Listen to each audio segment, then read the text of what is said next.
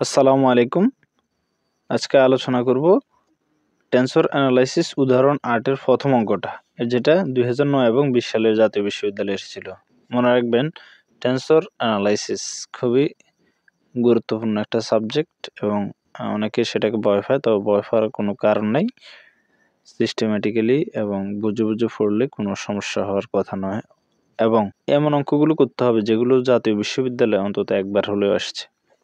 এগুলো কোনোভাবে মিস করা যাবে না। অর্থাৎ আমরা যদি রেজাল্ট ভালো করতে চাই, তাহলে অবশ্যই আমাদেরকে পরিপূর্ণ প্রস্তুতি নিতে হবে। এই জন্য আমাদের প্রত্যেকটা অঙ্কই ভালোভাবে বুঝে বুঝে করতে হবে। তো দেখেন, আমাদেরকে প্রমাণ করতে হবে কি, del i i equal to n, এটা আমাদেরকে প্রমাণ করতে হবে। তো এখানে আমরা কি করব, বাম পক্ষ মানে কি ডেল আই আই, এটা আমরা লিখব। এখন এটা সূত্র হচ্ছে কি, ডেল আই আই, এটা যোগরীতি কথায় আমরা কি লিখতে পারি, এটাকে summation i equal 1 to n del i i, অর্থাৎ এটাকে summation i equal 1 to n লেখা যায়। এটাকে বলে, এটা যোগরীতি কথায় আপনারা দেখে নিতে পারেন চাইলে। বেসিকগুলো আপনারা আসলে বেশি গুরুত্ব দিতে হবে, তাহলে নিজে নিজে অঙ্ক করতে পারবেন।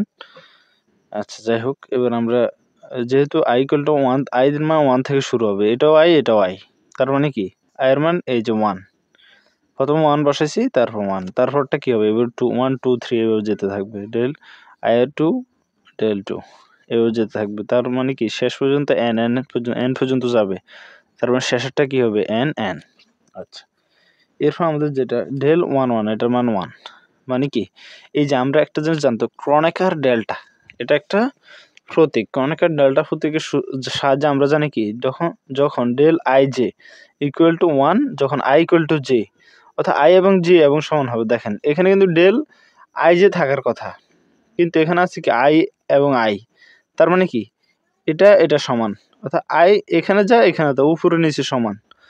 উপরে নিচে যদি সমান হয়, তার মান কত, 1। দেখেন, উপরে নিচে সমান, এই জন্য 1, উপরে নিচে সমান 1, উপরে নিচে সমান 1, কিন্তু এখানে কটা আছে, n সংখ্যক, এই জন্য আমাদের n লিখতে হবে। তাহলে এরকম 1 1 1 এরকম n সংখ্যক যদি যোগ করি, আমাদের কত হবে, n। মনে করেন 1 যদি আমরা 3টা যোগ করি, কত হবে, 3। 1 যদি 2টা যোগ করে হবে 2, ঠিক আছে।